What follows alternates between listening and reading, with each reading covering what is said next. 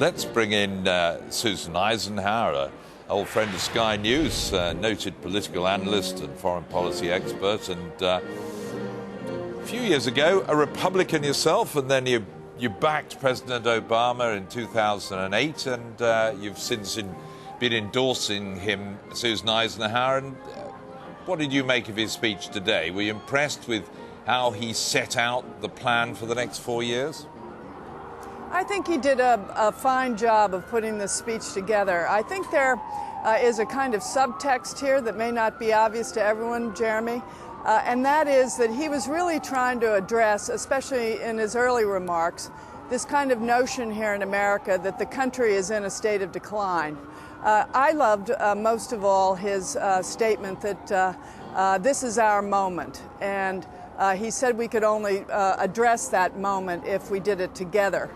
So this is really an effort, certainly sections of the speech particularly, to try and draw this country back together and to say we can do it. It's one of those moments when a president perhaps has a chance to sort of try and lift the spirits of the nation, particularly after such a difficult 4 years when he is entering the second term with fairly mixed sentiments from the American people. Right. Do you think he would have stirred the American people, stirred the spirit today? Well, I think certainly many people will be stirred by it. I'm not sure that it's going to address everything that people on the other side of the aisle would have wanted to hear. That may be the nature of the beast here at this particular point in our history. I think the speech had some very, very good moments. There were other parts of the speech, I guess, that were a little bit more issue-specific.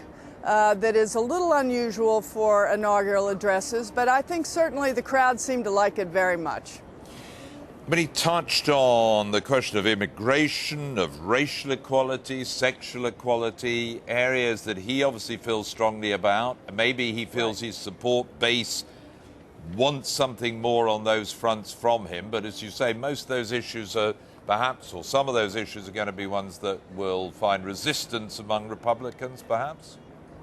Well, I think what you'll notice from the speech is it was framed at the beginning and the end in terms of these principles in our Constitution. So I think what the president was trying to do was to link up those specific issues with a broader constitutional framework. Whether he's been successful at that or not, I think we'll know as people begin to react to the speech.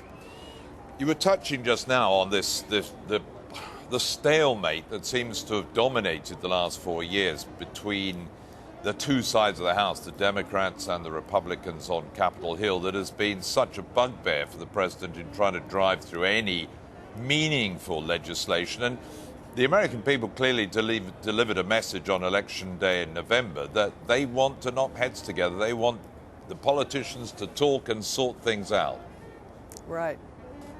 Well, I think you're absolutely right about that, Jeremy. The country has been very, very divided. And one of the reasons it's so divided is that we have very different visions of what kind of a country we want to move towards. And it's up to the president in the next 4 years, really, to make reality his call for unity. It's going to be a big part of his responsibility. He's going to have to work with Congress to make that happen. It's quite interesting, Susan, that a lot of people are likening this moment in time for President Obama to the start of the second term for your own great-grandfather, Dwight D. Eisenhower in 1957. A difficult time, mixed emotions, mixed sentiments, climbing away from the Second World War, difficult economic conditions, and trying to have a stable 4 years and try to put something useful and meaningful together for the United States. Are they parallels you recognize? I don't think that that is a complete parallel because President Eisenhower had a very, very high approval rating and won a landslide in the second election. But I do think that the country was in a state of uncertainty because of the Cold War, because of the threat from the Soviet Union.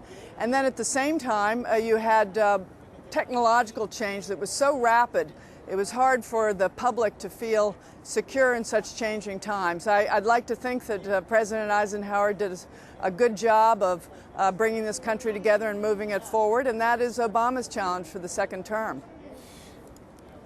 Your keen observer of foreign policy, and the president really only touched on it fairly lightly. He didn't deal with any great specifics, and he's come in for a lot of criticism for his stance on a lot of big foreign policy issues.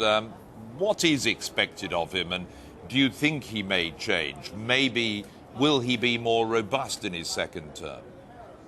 Well, I think that's the one shortcoming of the speech, perhaps. I would have liked to have seen more about his vision for foreign policy.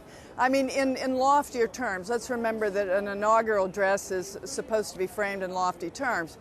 The reason I say that is his candidate for Secretary of Defense, former Senator Chuck Hagel, is a man who is seen as holding views that would be a departure from the position we've been pursuing over the last 10 years.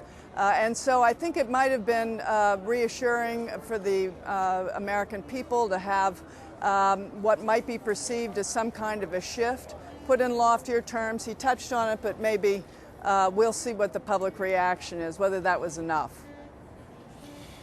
And did you sense a real feel of ambition here, or maybe a more pragmatic approach to what he now knows how difficult it is to really achieve things over the next 4 years? Well, Jeremy, thank you for that question, because one of the things I did want to point out was the delivery of this speech. I think we saw a President Obama that we have not seen for a while. I mean, he brought some real passion to parts of that delivery, and I think that was exciting to see. Here in Washington, there's a lot of criticism that he is cerebral and not as engaged as other presidents have been. But I think he showed a kind of energy around some of the ideas he talked about, and that was I think that's going to be welcomed.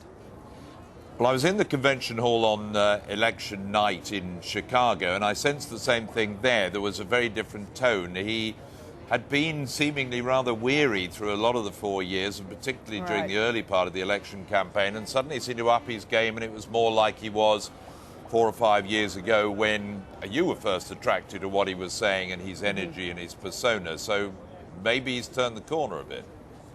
Well, I think the other thing is the absolute stunning coincidence of the fact that Barack Obama is being inaugurated for a second term, literally on Martin Luther King Day here in the United States, and also 50 years after the March on Washington. This is all total coincidence. And I think he felt seized by the historical moment today, and that was part of what drove the energy that was so obvious to everybody here in Washington. And the 150th anniversary, I think, of the moment, the day that the Statue of Freedom was placed on top of the Capitol behind you. Well, that's right. In the Emancipation Proclamation, there's so many interesting and almost eerie parallels. So I think that, really made it a very special historic moment.